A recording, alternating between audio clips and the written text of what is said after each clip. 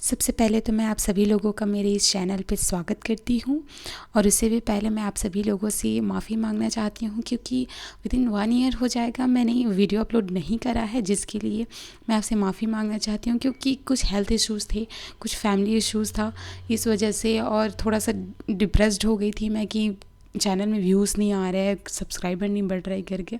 इस वजह से डीमोटिवेट हो गई थी, इसलिए मैंने ये छोड़ दिया था। बट आप लोगों ने बहुत अच्छे कमेंट्स किए तो मुझे लगा कि नहीं, मुझे दोबारा कमबैक करना चाहिए और वीडियो अपलोड करना चाहिए। ये सोच कर के मैंने फिर से स्टार्ट करा है, जिसके लिए आपको मुझे सपोर्ट करना होगा, तो सब्सक्राइब करना बिल्कुल मत भूलिए। तो चलिए वीडियो को स्टार्ट करते हैं। तो यहाँ पे आपको ले लेना है अस्तर का फैब्रिक। तो अस्तर के फैब्रिक को इस तरीके से हाफ़ फोल्ड कर लेना है आपको, और हाफ़ फोल्ड करने के बाद आपको यहाँ पे, जैसे कि मैं 34 इंचेस का बता रही हूँ यहाँ पे ब्लाउज़ को, तो यहाँ पे 34 इंचेस का चौथा हिस्सा हो जाएगा 8.5 इंचेस यहाँ पे। तो इस तरीके से 8.5 इंचेस पर आपको मार्किंग कर लेनी है। उसके बाद यहाँ पे 1.5 इंच का आपको मार्जिन लेना होता है, तो यहाँ पे 1.5 इंच का मार्जिन ले लेना है आपको। तो ये हो जाएगा टोटल 10 इंचेस। तो 10 इंचेस पे इस तरीके से आपको मार्किंग कर लेनी है ताकि इसमें का विड्थ का मार्किंग आ जाए चेस्ट के लिए। तो इस तरीके से आपको मार्किंग कर लेनी है, और आपको स्केल पट्टी वगैरह लेना है या फिर टेप की सहायता से भी आप यहाँ पे धीरे स्ट्रेट लाइन ड्रॉ कर सकते हैं। अब यहाँ पे आपको क्या करना है कि ब्लाउज़ का लेंथ लेना है। तो ब्लाउज़ का लेंथ जब आप लेते हो तो उससे पहले यहाँ पे नीचे में अच्छे से फिनिशिंग के साथ आपको कटिंग कर देनी है, ताकि जो है स्टिचिंग करते वक्त और जब कटिंग करते हैं तो मेज़रमेंट में गलती ना हो। और देखिए यहाँ पे 13 इंच का ब्लाउज़ का लेंथ था, तो 1 इंच एक्स्ट्रा करके 14 इंच पर यहाँ पे आपको मार्किंग कर लेनी है, क्योंकि 1 इंच जो होता है वो ऊपर और नीचे जो है सिलाई के मार्जिन में चला जाता है, इसलिए आपको यहाँ पे 1 इंच एक्स्ट्रा लेना होता है, जितना भी आप लेंथ लेना चाहें। और यहाँ पे 5.5 इंच का शोल्डर और 5.5 इंच का ही मैं यहाँ पे आर्म होल रखूँगी, क्योंकि ये जो डीप नेक है, तो इस वजह से आपको यहाँ पे 5.5 इंच का शोल्डर और 5.5 इंच का ही आर्म होल ले लेना है। आपको ज़्यादा यहाँ पे नहीं लेना है, नहीं तो फिटिंग में प्रॉब्लम होगा। और यहाँ पे देखिए 1.5 इंच का जो है राउंड का शेप दे देना है। अब यहाँ पे जो है नेक का जो विड्थ है वो यहाँ पर 2.5 इंच का लूँगी मैं, और इसमें का जो डिप्थ है, इसमें का जो बैक नेक का डिपनेस है वो यहाँ पर 10 इंचेस का ले लूँगी। और यहाँ पे आपको राउंड शेप इस तरीके से देना है। नीचे साइड आपको 3 इंच या फिर जितना भी आप चाहें उस तरीके से आपको मार्किंग कर लेना है। यहाँ पे मैंने 3 इंच का मार्किंग करा है, और इस तरीके से स्क्वायर शेप में मार्किंग कर लेना है। अब यहाँ पे आपको क्या करना है कि 1 इंच का इस तरीके से राउंड का शेप दे देना है। 1 इंच या 1.5 इंच का भी दे सकते हो आप। तो इस तरीके से आपको राउंड का शेप दे देना है और इसे कटिंग कर लेनी है इस तरीके से।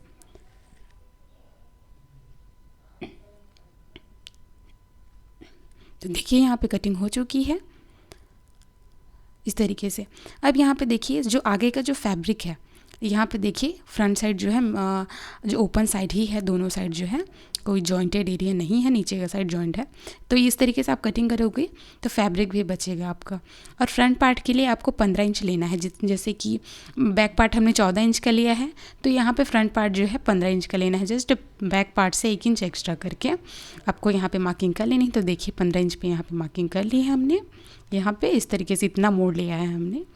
उसके बाद बैक पार्ट को इस तरीके से अच्छे से सेट कर लेना है आपको। उसके बाद जो है आर्म होल में, नेक में आपको चारों तरफ इस तरीके से मार्किंग कर लेनी है। देखिए जैसे कि मैं कर रही हूँ, और इसे हटा लेना है जो बैक पार्ट है उसको। उसके बाद आपको ले लेना है एक स्केल। अब उसमें जो हमने आर्म होल में मार्किंग करा है उसको इस तरीके से मार्किंग कर लेना है जैसे कि जो है, और स्क्वायर शेप का मार्किंग दे देना है। और यहाँ पे 1 इंच का राउंड का शेप दे देना है, क्योंकि ये फ्रंट आर्म होल है। तो फ्रंट आर्म होल में आपको 1 इंच का राउंड का शेप देना होगा। उसके बाद देखिए मैं यहाँ पे कटिंग कर लेती हूँ, ताकि आगे का जो प्रोसेस है वो मैं अच्छे तरीके से, क्लीन तरीके से आपको समझा सकूँ। इसके लिए मैं यहाँ पे कट कर देती हूँ। और यहाँ पे देखिए मैंने नीचे साइड भी कट कर लिया है। अब आप यहाँ पे देखिए इस तरीके से। अब यहाँ पर यहीं पर आपको समझना है यहाँ पे। तो फ्रंट नेक जो है यहाँ पर 6.5 इंच का ले रही हूँ मैं, इस तरीके से फ्रंट नेक का जो डीपनेस है उसको, और नीचे से 2.5 इंच का स्क्वायर शेप का मार्किंग कर देना है आपको।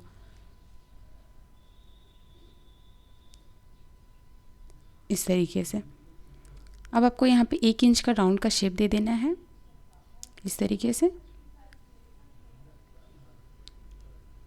तो इस तरीके से राउंड का शेप दे देना है। अब आपको शोल्डर के पास जो है टेप को रखना है और यहाँ पे 11.5 इंच पर मार्किंग कर देनी है, या फिर आप चाहें तो नीचे साइड से भी मार्किंग कर सकते हैं। तो यहाँ पे 3.6 इंचेस का यहाँ पे आ जाएगा नीचे साइड से करेंगे तो। और ये जो है बेल्ट है अलग अलग साइज़ अलग अलग लेंथ के लिए अलग अलग मार्किंग होती है, इसके लिए मैं सेपरेट वीडियो बना दूँगी अलग से। तो इस तरीके से आपको कर लेनी है। अब यहाँ पे देखिए चेस्ट का चौथा हिस्सा ले लेना है 8.5 इंच और 1.5 इंच का यहाँ पे मार्किंग कर देना है। अब यहाँ पे जो है कमर जो है यहाँ पे है 30 इंच का कमर है यहाँ पे, तो 7.5 इंच पर मार्किंग कर लेनी है। और यहाँ पे 0.2 इंच आपको और एक्स्ट्रा लेना होगा, क्योंकि जो है स्टेन पट्टी जो हम इसी को यूज़ करेंगे जो कि काज पट्टी के लिए सिलाई में चला जाता है इसलिए। और यहाँ पे 1.5 इंच का मार्जिन दे देना है आपको। तो इस तरीके से आपको यहाँ 1.5 इंच का मार्जिन मिला करके इस तरीके से लाइन ड्रॉ कर लेनी है। अब आप यहाँ पे देखिए हम यहाँ पर कटोरी का मार्किंग करेंगे, तो कटोरी हम यहाँ पर 5.5 इंच का ले रहे हैं इस तरीके से, और नेक के साइड में 1 इंच एक्स्ट्रा करके हम इसको करेंगे। यहाँ पे कटोरी के सेंटर साइड में भी आपको इस तरीके 5.5 इंच का मार्किंग कर लेना है और यहाँ पे हल्का हल्का करके राउंड का शेप दे देना है, जो कि परफेक्टली यहाँ पर आपको कर्व का शेप दे देना है इस तरीके से। देखिए बहुत सिंपली तरीके से मैंने यहाँ पे बताने की कोशिश करी है। अगर तब भी आपको कोई डाउट होता है, कोई प्रॉब्लम होता है, तो आप मुझे कमेंट सेक्शन में जा कर के पूछ सकते हैं यहाँ पे। और मैं पूरी कोशिश करूँगी कि मैं आपको यहाँ पे रिप्लाई कर सकूँ। तो इस तरीके से आपको कटिंग कर लेनी है। देखिए हमने यहाँ पे कटिंग कर लिया है। अब आपको क्या करना है कि स्लीव्स की कटिंग कर लेनी है। मैं यहाँ पर आपको स्लीव्स की कटिंग बता रही हूँ, उसके बाद आपको कटोरी अलग से कैसे निकालना है वो भी बताऊँगी। तो यहाँ पे देखिए 34 इंचेस चेस्ट का मार्किंग है, तो यहाँ पे उसका आधा इंच हो जाएगा 17 इंच, लेकिन हम यहाँ पर लेंगे 16.5 इंच। तो 16.5 इंच पर आपको यहाँ पे मार्किंग कर लेनी है, जस्ट आधा इंच कम करके, ताकि जो हमारा एक्स्ट्रा फैब्रिक ना जाए करके। तो यहाँ पे 16.5 इंच पे मार्किंग कर लेना है, चेस्ट का आधा माइनस करके 1/2 इंच, ठीक है। तो 16.5 इंच पे मार्किंग कर लेना है और सिंपली आपको इसे कट कर लेना है। देखिए इस तरीके से 4 फोल्ड करके आपको कट कर लेना है।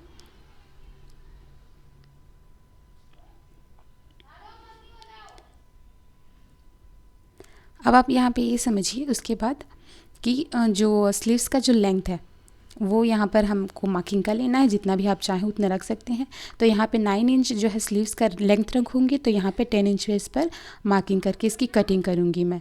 तो 10 इंचेस पर यहाँ पे मार्किंग कर लेना है आपको इस तरीके से। 10 इंचेस पर मार्किंग करके स्केल की सहायता से और इस तरीके से आपको स्ट्रेट लाइन ड्रॉ कर लेनी है और इसे सिंपली आपको कट कर लेना है। अब आपको यहाँ पे जो ओपन अप साइड है, जो उस साइड आपको 3 इंचेस का मार्किंग कर देना है। और यहाँ पर जो है मोहरी जो है यहाँ पे 5.5 इंच का मैं रखूँगी, 1.5 इंच इसका मार्जिन रख लूँगी। और यहाँ पे देखिए जितना लिया है हमने उससे 1 इंच एक्स्ट्रा करके यहाँ पे मार्किंग कर लेना है। तो यहाँ पे 6.5 इंच का या फिर थोड़ा 6.2 इंचेस का मैंने यहाँ पे मार्किंग कर लिया है। और यहाँ पे इस तरीके से 1.5 इंचेस का मार्जिन जो हमने लिया था उसको यहाँ पे मार्किंग करके हल्का सा कर्व का शेप दे देना है स्लीव्स में। और यहाँ पे फ्रंट आर्म होल के लिए आपको 1/2 इंच का मार्किंग कर लेना है और इस तरीके से आपको शेप दे देना है फ्रंट आर्म होल के लिए। और इस तरीके से शेप देके आपको सिंपली कट कर लेना है।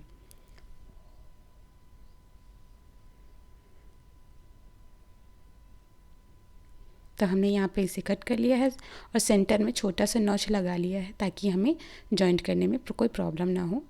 और इस तरीके से आपको इसे कट कर लेना है।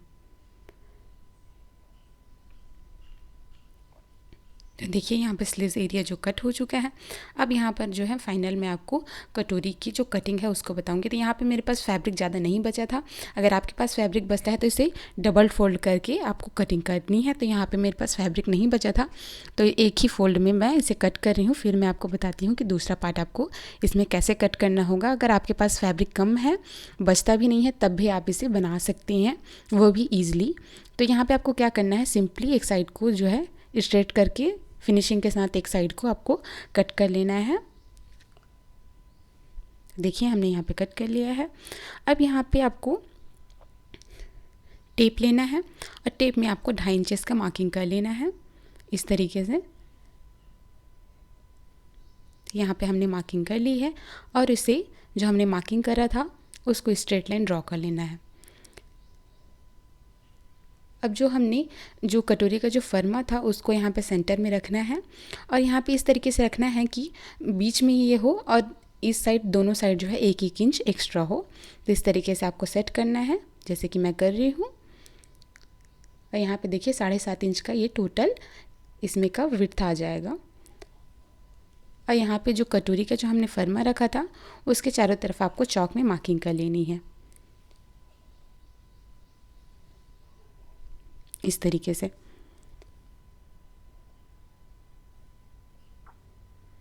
तो इस तरीके से आपको मार्किंग कर लेनी है और यहाँ पे जो नेक के साइड जो है हाफ इंच का एक्स्ट्रा मार्किंग करके इस तरीके से राउंड का शेप दे देना है आपको, जैसे कि अब मैं दे रही हूँ। यहाँ पे आप स्केल की भी मदद ले सकते हैं या फिर आप इस तरीके से भी हैंड से ही कर सकते हैं।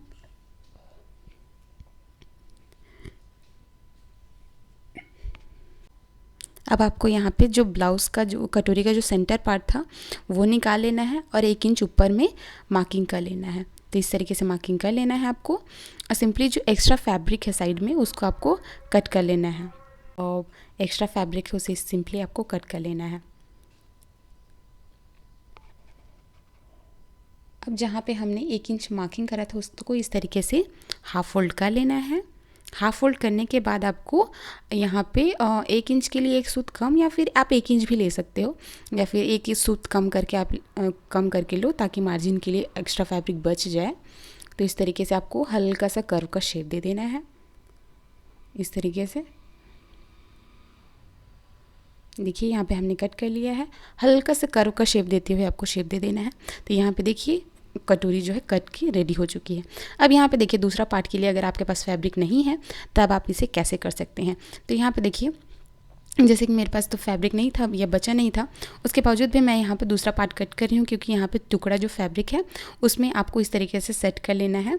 अगर आप चाहें तो इस 2 टुकड़े में भी कट कर सकते हैं, कोई प्रॉब्लम नहीं है, लेकिन मैं आपको स्टिचिंग का इसका पूरा टेक्निक बताऊंगी दोनों तरीके से आप कैसे इसे स्टिच कर सकते हो, इसलिए मैंने यहाँ पे जॉइंट रखा है। अगर आप चाहें तो इसे सेंटर से भी कट कर सकते हैं। तो यहाँ पे इस तरीके से कट करके आपको इसे अपर पार्ट जो है इसको निकाल लेना है। देखिए तो यहाँ पे जो है हमने यहाँ पे मोड़ करके अपर पार्ट कट कर लिया है और यहाँ पे नीचे का पोर्शन जो है आपको इस तरीके से कट कर लेना है अलग से। तो यहाँ पे देखिए आपके पास अगर टुकड़ा भी बचा है तब भी आप इसमें का कटोरी का कट कर सकते हो इस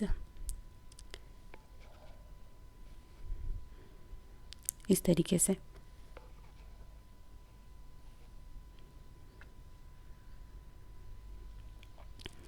इस ब्लाउज़ को बनाना बहुत ही आसान है। अगर आपको कोई भी दिक्कत होता है या फिर कुछ भी समझ में नहीं आता है तो आप मुझे कमेंट बॉक्स में जा कर के पूछ सकते हैं, मैं और अच्छे तरीके से बताने की पूरी कोशिश करूँगी। तो यहाँ पे देखिए ब्लाउज़ का सभी पार्ट कट हो चुका है। यहाँ पे हमने काज पट्टी भी कट कर ली है और सभी पार्ट्स को मेन फैब्रिक में हम कट करेंगे यहाँ पर। तो इस तरीके से हम यहाँ पे सभी पार्ट्स को कट कर लेना है। तो देखिए हमने सभी पार्ट्स को यहाँ पे मेन फैब्रिक में कट कर लिया है इस तरीके से। अब यहाँ पे मैं आपको इस तरीके से आपको कट कर लेना है। इसमें का स्टिचिंग का पार्ट जो है मैं नेक्स्ट वीडियो में बताऊंगी बिकॉज़ ये वीडियो बहुत ही लंबा हो रहा था और इस वजह से मैं यहाँ पे सेकंड पार्ट बनाऊंगी। इसके लिए आपको मेरे चैनल को सब्सक्राइब करना तो बिल्कुल नहीं भूलना है। और यहाँ पे देखिए हमने काज पट्टी और हुक पट्टी जो है दोनों कट कर लिया है। और यहाँ पर मैं एक चीज़ आपको और बताना चाहूँगी यहाँ पे कि किस तरीके से आप पाइपिंग का जो गले में पाइपिंग के लिए कैसे आप फैब्रिक कट कर सकते हैं। तो इस तरीके से आपको फैब्रिक ले लेना है और यहाँ पे तिरछा आपको ओरेप पट्टी कट करना है, इसे ओरेप पट्टी बोलते हैं। तो इस तरीके से आपको ले लेना है और 2-2 इंच का आपको यहाँ पे कट कर लेना है। तो देखिए यहाँ पे 2 इंच पे आपको मार्किंग कर लेना है और यहाँ पे ओरेप पट्टी आपको कट कर लेनी है। अगर आप दूसरे कलर का लगाना चाहते हैं तो दूसरे कलर का भी फैब्रिक यहाँ पे आप ले सकते हैं। तो इस तरीके से आपको मार्किंग कर लेना है और 2-2 इंच का आपको पट्टी कट कर लेना है।